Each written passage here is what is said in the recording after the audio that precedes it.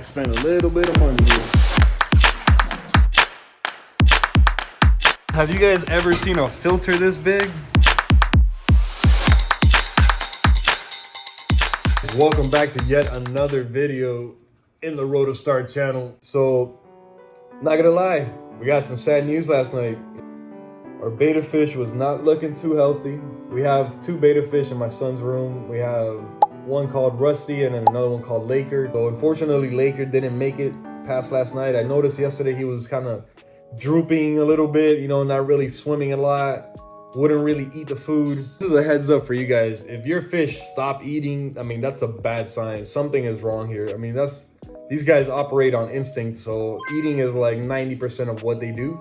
And the other 10% is pooping the stuff they just ate. So if they're not eating, it's a problem. And you should definitely be worried if your fish stop eating out of nowhere.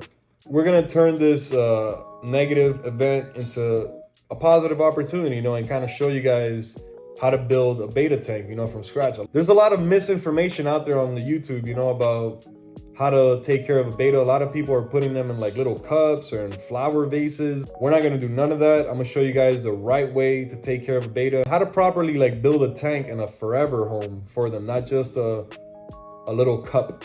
Stop putting betta fish in flower vases. Like, come on, what's going on? That being said, we're gonna try to show all of the process, try to show you guys, break it down from tank size to what you're gonna need in the tank, you know, substrates, plants, decorations, even down to picking the right fish. We're gonna go to a store where the gentleman that we're gonna be speaking to is very knowledgeable. He's been breeding bettas for, I think, like 12 years or something like that. We're gonna go talk to him. We're gonna pick out a really nice fish. We're gonna, like I said, try to turn this negative into a positive, you know? So stick around for that. I'll be seeing you guys at the store. Let's go! And we are here at the spot. Yeah, you guys ready to see some cool shit?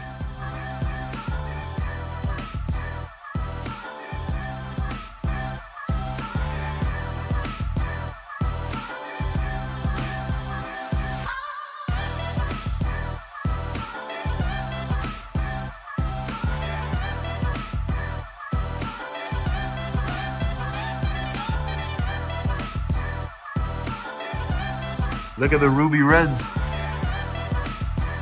Like predator hats right here. Yep. Not buying one of those again.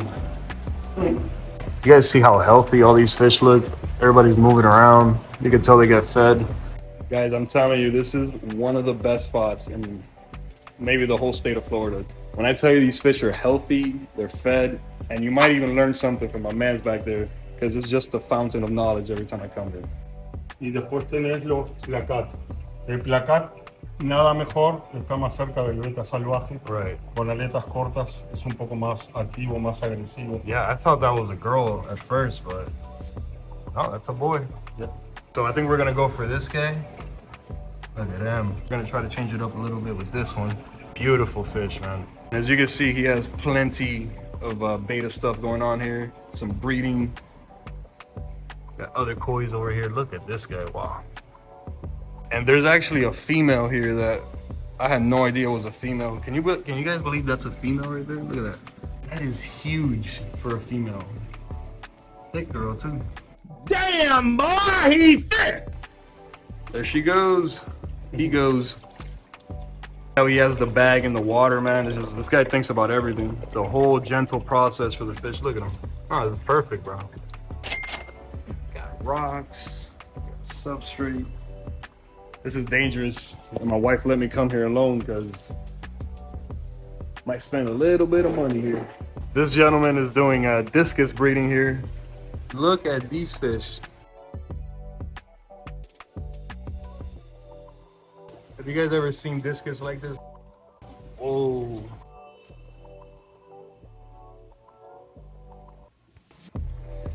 What?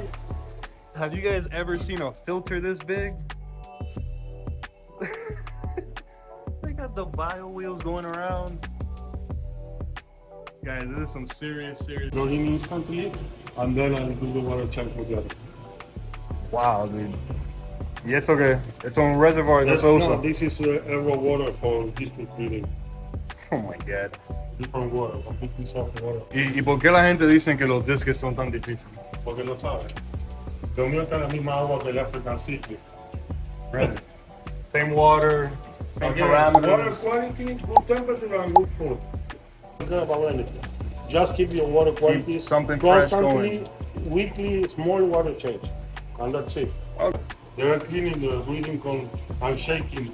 They're gonna spawn. You're gonna spawn soon? Aye, aye, aye. The parameters be stable. You know, not going all over the place. One day high, one day low. Exactly. Just, as long as it's stable. But how do you keep your parameters stable? With a small water change every week. People don't do the water change. The water looks clear. Clear doesn't mean good water. No. You can have ammonia. Now you don't see ammonia. Exactly. Yeah. But if you every week you change a little bit of water, That's all. con los huevos sacar en tap water, los huevos no nacen. Really? Para que los huevos nazcan necesitan low pH y soft water. Para eso tengo el equipo de osmosis ahí. Raw water. The roadie water. Yeah.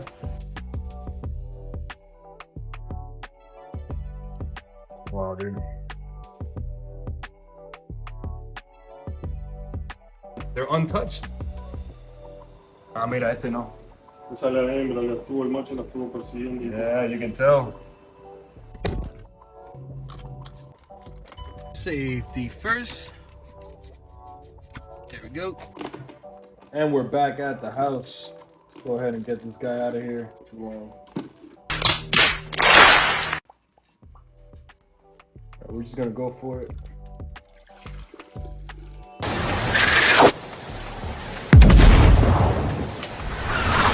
That was a little more violent than I would have liked. I'm not gonna lie, that guy shot out of there fast. So he's probably a little concussed right now, not gonna lie. Now let's go ahead and make him a good home, right? What is all this stuff in front of me, you might ask? We got a bucket full of substrate here. We'll go into details later on how exactly we got that. We got some plant life, chemicals, we got a light, we got a water heater, we got some decorations, nice sized tank, and of course we got our little beta fish. So let's get things started. What is first? We're gonna go through each of these into detail. So first we got our substrate. I could have gone to the store and paid, you know, $20, $30 for a bag of substrate. But one of the great advantages of living in Florida is that there's canals everywhere. I actually have one in my backyard. So I just go down to the canal, scoop up some of the dirt there. That dirt is enriched with every kind of bacteria and nutrient that you're gonna want. So I simply just go down to the canal bed. I'll show you a clip right here.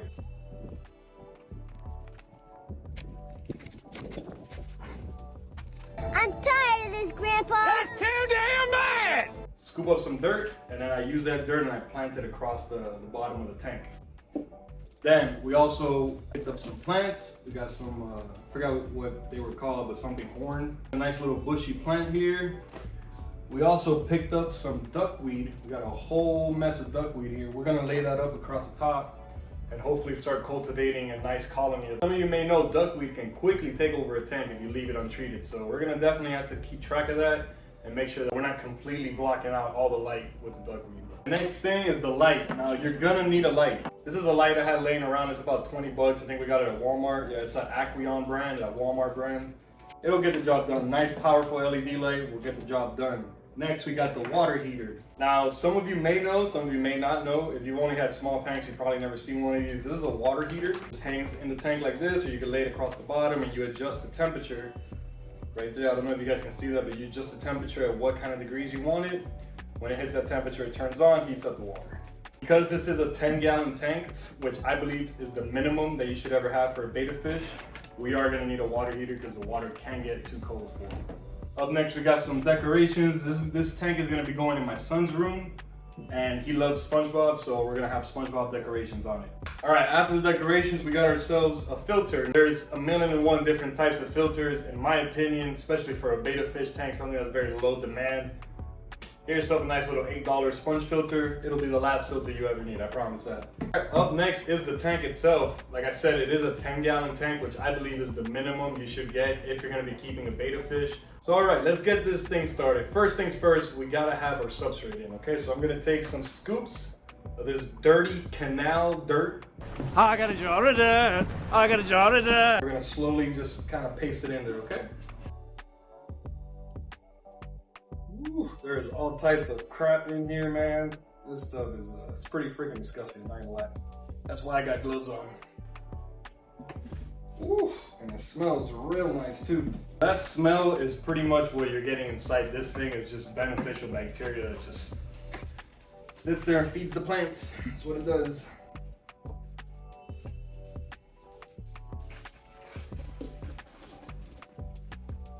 Oh yeah, there we go. Now when I do fill this up with water, it's going to look disgusting and you probably won't even be able to see the fish or even through this tank at all. Give it time. Do not think this is gonna be an overnight thing. Give it a couple days for everything to settle down to the bottom. Then your tank will look beautiful, I promise. So that looks about 2 inches. We're gonna go ahead and wash our hands. Now that we got the substrate all nice and packed in, let's go ahead and get the plants in now. When you're putting plants, you want to be very careful with the roots. What I like to do is I like to use my finger and kind of make a little hole already, and then I grab that same finger, put it right on the roots as I sprinkle water. Man, my wife is gonna kill me, hold on. We're back. So what I like to do is I like to get the finger and then use that finger to kind of guide the roots in. You don't want to go all the way to the bottom till you feel the glass. You just kind of want to get about an inch, inch and a half in there and then just pack the dirt around it. Again, get the finger and just kind of guide it through there. This is just a functional forever home for your fish. Next thing is we're going to do the decorations. For that, I'm going to need the help of my son. So we're going to go ahead and get him out here.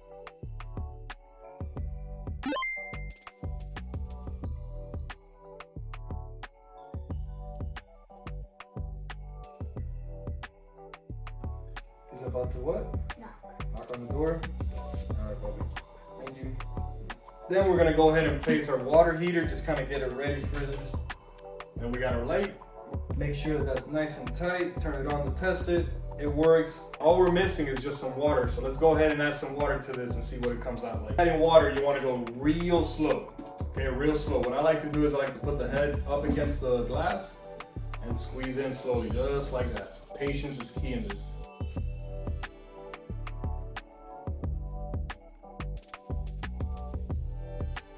Now, as you can see, there are tons of little floating particles and debris. We're just gonna go ahead and get our net and just kind of slowly pick up everything. Try not to disturb the water too much. And this will get rid of all the floating debris that are just not gonna sink down to the bottom anytime soon. Now, I know what you're thinking, dude, what the hell is this? This thing is pitch black. Guys, I told you this from the beginning. This is what it's gonna look like. What we're gonna do is we're gonna add some prime. No, that's not prime. We're gonna add some prime. That's gonna make it safe for the fish, get rid of all the chlorine. You don't need much, just a couple drops to do it. Stuff is very strong.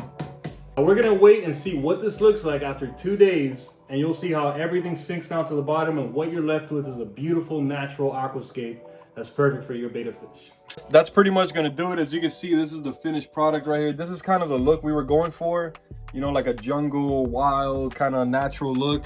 See the substrate from the canal, looking good. That's gonna have all that bacteria that we need to keep those plants growing nice and healthy. There he is, and this guy looks happy to be there. You know, the tank's a little dirty still, but like I said, once everything settles, it should be good. It's been about 8 hours since we put all the stuff in. As you can see, everything's already pretty much settled to the bottom, but this is the final setup, you guys. We got the light, we got the heater over there in the corner, little sponge filter, little SpongeBob decorations.